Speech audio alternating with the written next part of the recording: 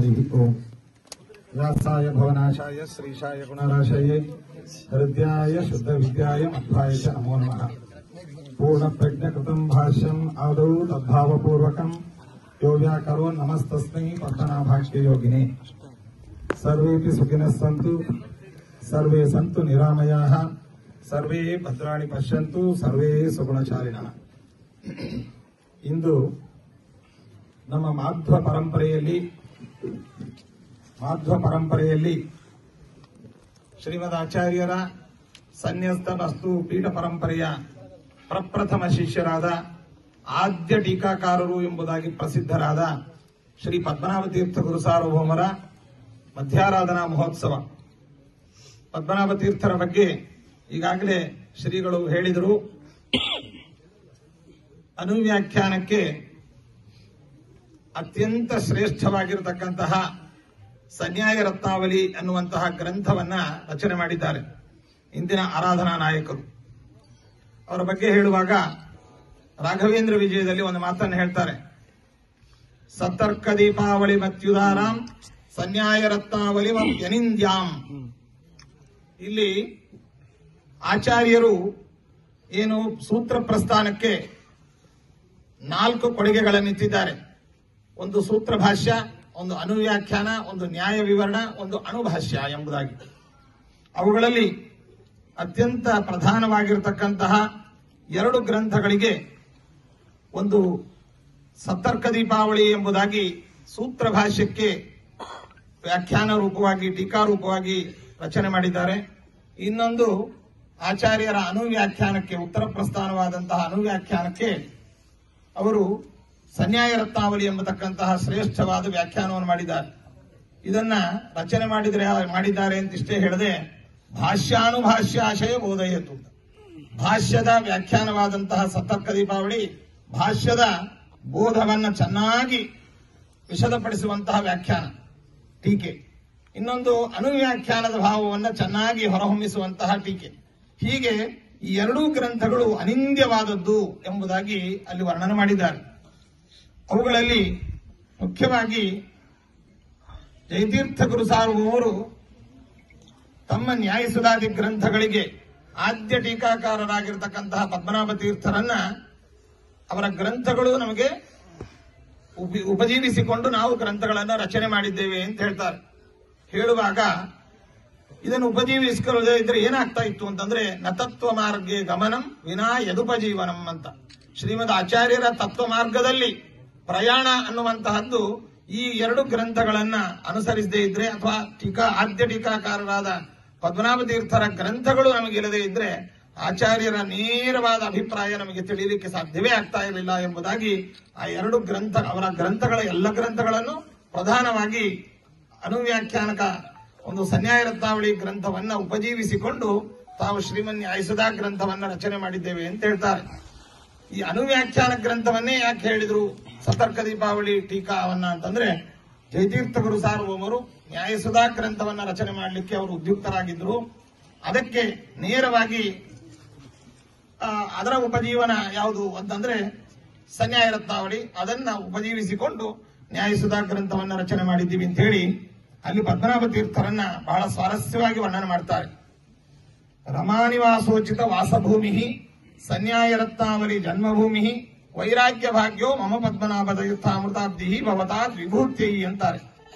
ಇಲ್ಲಿ ಪದ್ಮನಾಭ ತೀರ್ಥರನ್ನ ಅಮೃತಾಬ್ಧಿತ್ವೇನ, ಅಮೃತ ಸಮುದ್ರತ್ವೇನ ವರ್ಣನೆ ಮಾಡ್ತಾ ಇದ್ದಾರೆ.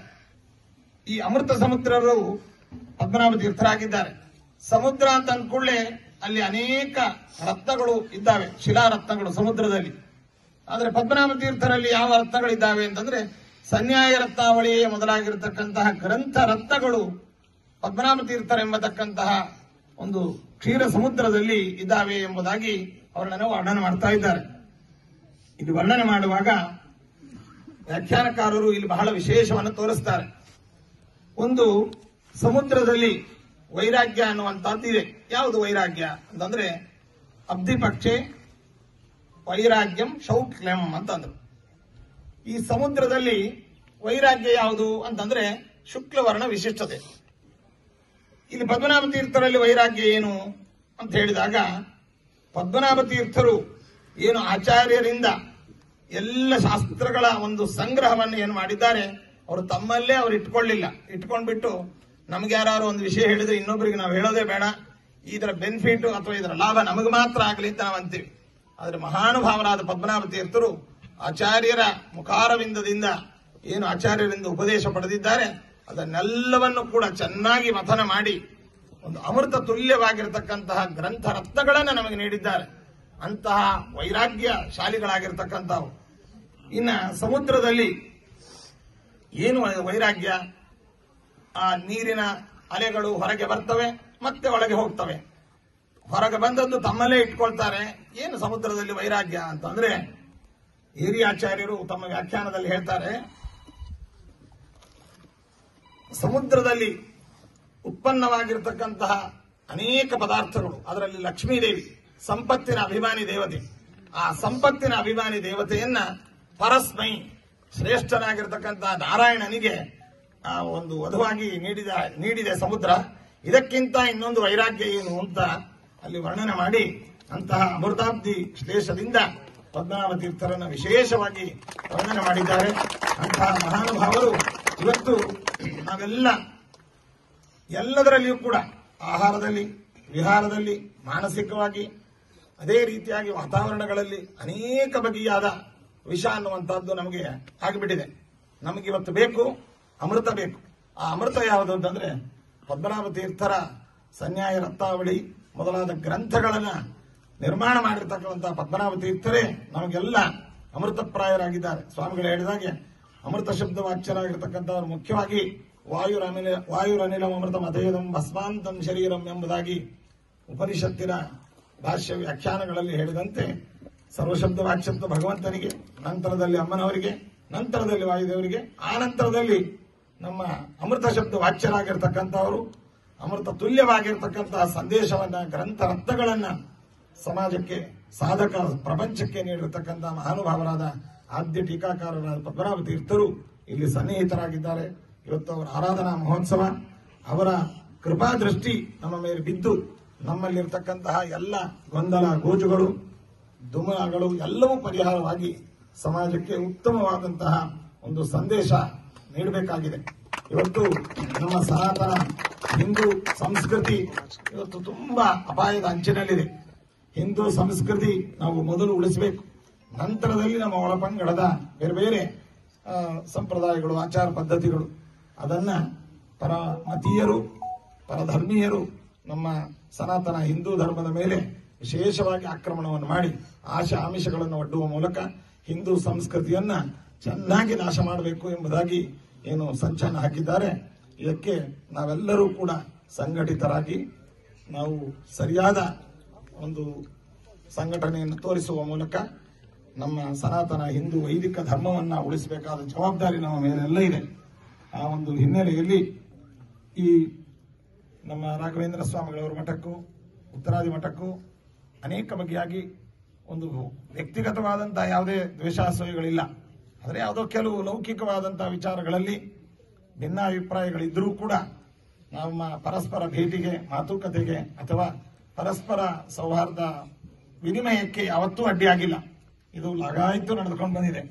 ನಮ್ಮ ಸ್ವಾಮಿಗಳ ಗುರುಗಳ ಕಾಲದಲ್ಲಿ, ಶ್ರೀ ಸತ್ಯಪ್ರಮೋದ ತೀರ್ಥರ ಕಾಲದಲ್ಲಿ, ಅದೇ ರೀತಿಯಾಗಿ ನಮ್ಮ ಪರಮೇಷ್ಠಿ ಗುರುಗಳು, ಪರಮ ಗುರುಗಳು, ನಮ್ಮ ಗುರುಗಳ ಕಾಲದಲ್ಲಿ ಇದು ಈ ಸಂಬಂಧ ಅನ್ನುವಂಥದ್ದು, ಮಾತುಕತೆಯ ಸಂಬಂಧ, ಪರಸ್ಪರ ಭೇಟಿ, ಸೌಹಾರ್ದ ಅನ್ನುವಂಥದ್ದು ಕಾಲಕಾಲದಲ್ಲಿ ನಡೆದುಕೊಂಡು ಬಂದಿದೆ. ಅದರ ಹೆಚ್ಚಿನ ಒಂದು ಬಾಂಧವ್ಯ ಅನ್ನುವಂಥದ್ದು ಈಗ ಅದು ಅಭಿವ್ಯಕ್ತವಾಗ್ತಾ ಇದೆ, ಪ್ರಕಟವಾಗ್ತಾ ಇದೆ. ಇದು ಇಡೀ ನಮ್ಮ ಮಾತೃ ಸಮುದಾಯಕ್ಕೆ, ಅದರಲ್ಲಿಯೂ ನಮ್ಮ ಉಭಯ ಮಠದ ಎಲ್ಲ ಶಿಷ್ಯರು, ಭಕ್ತರಿಗೆ ಇದು ಸಂತಸದ ವಿಷಯ ಅಂತ ನಾವು ಈ ಸಂದರ್ಭದಲ್ಲಿ ಹೇಳಲಿಕ್ಕೆ ಬಹಳ ಸಂತೋಷವನ್ನು ವ್ಯಕ್ತಪಡಿಸ್ತೇವೆ. ಪ್ರಕೃತ ಈ ನಾವು ವೃಂದಾವನದ ನಡುಗಡ್ಡೆಯ ಬೇರೆ ಬೇರೆ ವಿಚಾರಗಳಲ್ಲಿ ಏನು ಭಿನ್ನಾಭಿಪ್ರಾಯಗಳಿದ್ದಾವೆ ಅವನ್ನೆಲ್ಲವನ್ನು ಕೂಡ ಈಗಾಗಲೇ ನಾವು 3-4 ಬಾರಿ ಕುಳಿತುಕೊಂಡು ನಾವು ಸ್ವಾಮಿಗಳು ಮತ್ತು ಉಭಯ ಮಠಗಳ ಪ್ರತಿನಿಧಿಗಳು ಇವರೆಲ್ಲ ಕುಳಿತುಕೊಂಡು ಸೌಹಾರ್ದಯುತವಾದ ಮಾತುಕತೆಗಳು ನಡೆದಿದೆ. ಅದರ ಫಲವಾಗಿಯೇ ಇವತ್ತು ಈ ಗಡ್ಡೆಯಲ್ಲಿ ಎಲ್ಲಿ ನಾವು ವಸ್ತುಗಳನ್ನು ಕಳೆದುಕೊಂಡಿದ್ದೇವೆ ಅಲ್ಲೇ ವಸ್ತುಗಳನ್ನು ಹುಡುಕಬೇಕು. ಹಾಗಾಗಿ ಎಲ್ಲಿಂದ ವಿವಾದದ ಅಥವಾ ಒಂದು ಮನಸ್ತಾಪದ ಒಂದು ಜ್ವಾಲೆ ಹೊರಟಿದೆ, ಅಲ್ಲಿಯೇ ಮತ್ತೆ ನಾವಲ್ಲಿ ಶಾಂತಿ ಸೌಹಾರ್ದವನ್ನ ಬೀರಬೇಕು ಅನ್ನುವಂತ ಉದ್ದೇಶದಿಂದ ಇವತ್ತು ಇಲ್ಲಿ ನಾವು ಉಭಯ ಶ್ರೀಪಾದರು ಕೂಡ ಇಲ್ಲಿ ಸಮಾಗಮವನ್ನು ಮಾಡಿದ್ದೇವೆ. ಇವತ್ತು ಲೌಕಿಕವಾಗಿ 12 ಗಂಟೆ ಒಳಗಾಗಿ ನಾವು ಇಲ್ಲಿಂದ ನಿರ್ಗಮಿಸಬೇಕು. ಆದರೂ ನಮ್ಮ ಸೌಹಾರ್ದದ ಒಂದು ಬಾಂಧವ್ಯ ಆ ಲೌಕಿಕದ ಸಮಯವನ್ನು ಕೂಡ ಮೀರಿ ಇವತ್ತು ನಾವು ಇಲ್ಲಿದ್ದು ಉಭಯ ಸ್ವಾಮಿಗಳು ಕೂಡ ಸಮಾಜಕ್ಕೆ ಸಂದೇಶವನ್ನ, ಶಾಂತಿ ಸಂದೇಶವನ್ನ, ಸೌಹಾರ್ದದ ಸಂದೇಶವನ್ನ ನೀಡ್ತಾ ಇದ್ದೇವೆ. ಈ ಸಂದರ್ಭದಲ್ಲಿ ನಮ್ಮ ರಾಘವೇಂದ್ರ ಸ್ವಾಮಿಗಳವರ ಮಠದ ಎಲ್ಲ ಶಿಷ್ಯರು ಮತ್ತು ಭಕ್ತರಿಗೆ ನಾವು ತಿಳಿಸುವುದೇನು ಅಂತಂದ್ರೆ, ಈ ಸೌಹಾರ್ದದ ಒಂದು ಪರಿಪೂರ್ಣತೆ ಆಗಬೇಕು. ಇದಕ್ಕೆಲ್ಲ ಮಠದ ಶಿಷ್ಯರು, ಭಕ್ತರು, ಅಭಿಮಾನಿಗಳು ಎಲ್ಲರೂ ಕೂಡ ಶಾಂತಿ ಸೌಹಾರ್ದದಿಂದ ಇರಬೇಕು. ನಾವು ಉಭಯ ಸ್ವಾಮಿಗಳವರು ಕುಳಿತುಕೊಂಡು ಮಾತನಾಡಿ ಉಭಯ ಮಠಗಳಿಗೂ ಗೌರವ ಮತ್ತು ಯಾವುದಕ್ಕೂ ಚ್ಯುತಿ ಬಾರದಂತೆ ಒಳ್ಳೆ ರೀತಿಯಾದ ಪರಿಷ್ಕಾರಗಳನ್ನು ಕಂಡುಕೊಳ್ತೇವೆ. ಮಧ್ಯದಲ್ಲಿ ಯಾವುದೇ ಮಾಧ್ಯಮಗಳಲ್ಲಿ, ಸಾಮಾಜಿಕ ಜಾಲತಾಣಗಳಲ್ಲಿ ಅಥವಾ ವ್ಯಕ್ತಿಗಳಿಂದ ಪರಸ್ಪರ ಯಾವುದೇ ಭಿನ್ನಾಭಿಪ್ರಾಯದ ಮಾತುಗಳನ್ನು ಆಡಿದ್ರೆ ಸೌಹಾರ್ದಕ್ಕೆ ಅದೆಲ್ಲ ಧಕ್ಕೆ ಬರುತ್ತೆ. ನಾವು ನೀವೆಲ್ಲರೂ ಕೂಡ ನಮ್ಮ ಸಮುದಾಯದ ಸೌಹಾರ್ದ ಶಾಂತಿಯನ್ನ ಅಪೇಕ್ಷಿಸುವವರಾದ್ದರಿಂದ ಕೇವಲ ನಾವು ಮಾತ್ರೇನ ಪೌರುಷ ಕ್ರಿಯಾ ಕೇವಲ ಉತ್ತಮಂ ಅಂತ, ಕೇವಲ ಮಾತಿನಲ್ಲಿ ಸೌಹಾರ್ದ ಆಗಲಿ ಅಂತ ಅಲ್ಲ, ಅದಕ್ಕೆ ನಾವೆಲ್ಲರೂ ಕೂಡ ಸಹಕರಿಸಿದಾಗ ಮಾತ್ರ ಇದು ಪರಿಪೂರ್ಣವಾಗತ್ತೆ. ಆದ್ದರಿಂದ ಈ ಎಲ್ಲ ಮಾತುಕತೆಗಳು ಯಾವತ್ತೂ ಆಗಬಾರದು. ಈ ಮಾತುಕತೆಗಳಾಗುವ ಸಂದರ್ಭದಲ್ಲಿ ನೀವೆಲ್ಲರೂ ಕೂಡ ಶಾಂತಿ ಸೌಹಾರ್ದದಿಂದ ಇರ್ರಿ.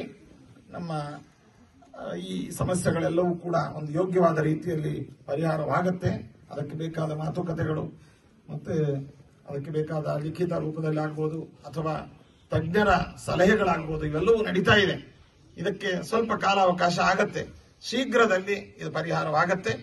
ಮತ್ತೆ ಎಲ್ಲರಿಗೂ ಕೂಡ ಏನೇನು ಪರಿಹಾರ ಆಗಿದೆ, ಏನು ಮಾತುಕತೆ ಆಗಿದೆ, ಏನು ಒಡಂಬಡಿಕೆಗಳಾಗಿದೆ ಅದೆಲ್ಲವೂ ಬಹಿರ್ಗತ ಮಾಡ್ತೇವೆ. ಆದರೆ ಈಗಲ್ಲ, ಅದಕ್ಕೆ ಇನ್ನು ಸ್ವಲ್ಪ ಕಾಲಾವಕಾಶ ಇದೆ. ನೀವೆಲ್ಲರೂ ಕೂಡ ಸೌಹಾರ್ದದಿಂದ ಇರಬೇಕು. ಯಾರೇ ವ್ಯಕ್ತಿ ದೂಷಣ ಅಥವಾ ಒಂದು ಸಂಸ್ಥೆಯ ಉತ್ಕರ್ಷ ಪ್ರತಿಪಾದಕವಾದ ಕೂಗಾಟಗಳು, ಜೈಕಾರಗಳು ಅಥವಾ ಯಾವುದನ್ನು ಕೂಡ ಮಾಡದೆ ಸೌಹಾರ್ದವಾಗಿ ನೀವಿದ್ರೆ ಎಲ್ಲವೂ ಕೂಡ ಬೇಗ ಪರಿಹಾರವಾಗತ್ತೆ ಅಂತ ಈ ಸಂದರ್ಭದಲ್ಲಿ ನಾವು ಎಲ್ಲ ನಮ್ಮ ಶ್ರೀಮಠದ ಶಿಷ್ಯರು, ಭಕ್ತರು, ಅಭಿಮಾನಿಗಳಿಗೆ ತಿಳಿಸ್ತೇವೆ. ಈ ಸೌಹಾರ್ದದ ಕಾರಣಕ್ಕೆ ಮಠದ ಶಿಷ್ಯರು, ನಮ್ಮ ರಾಘವೇಂದ್ರ ಸ್ವಾಮಿಗಳವರ ಪೂರ್ವಾಶ್ರಮದ ವಂಶದ ಎಲ್ಲ ಬಂಧು ಬಾಂಧವರು, ಅದೇ ರೀತಿಯಾಗಿ ಭಕ್ತರು ಮತ್ತು ಉಭಯ ಮಠಗಳಿಗೆ ಬೇಕಾದಂತಹ ವ್ಯಕ್ತಿಗಳು ಎಲ್ಲರೂ ಕೂಡ ಇದಕ್ಕೆ ಪೂರ್ಣವಾಗಿ ಸಹಕಾರವನ್ನು ನೀಡಿ ಇದರ ಒಂದು ಈ ಹಂತಕ್ಕೆ ಬರಲಿಕ್ಕೆ ಎಲ್ಲರೂ ಕೂಡ ಕಾರಣರಾಗಿದ್ದಾರೆ ಅಂತ ಈ ಸಂದರ್ಭದಲ್ಲಿ ಹೇಳ್ತಾ ಮತ್ತೊಮ್ಮೆ ಹೇಳ್ತೇವೆ, ಯಾರೂ ಕೂಡ ಯಾವುದೇ ಪ್ರಚೋದನಕಾರಿಯಾದಂತಹ ಮಾತುಕತೆಗಳನ್ನ, ಗಲಾಟೆಯನ್ನ, ಮಾಧ್ಯಮದಲ್ಲಿ ಯಾವುದೇ ವಿಷಯಗಳನ್ನ ಪ್ರಸ್ತಾಪ ಮಾಡದೆ ಎಲ್ಲರೂ ಶಾಂತಿಯುತವಾಗಿರಬೇಕು ಅಂತ ಈ ಸಂದರ್ಭದಲ್ಲಿ ಸಂದೇಶವನ್ನು ನಾವು ನೀಡ್ತಾ ಇದ್ದೇವೆ.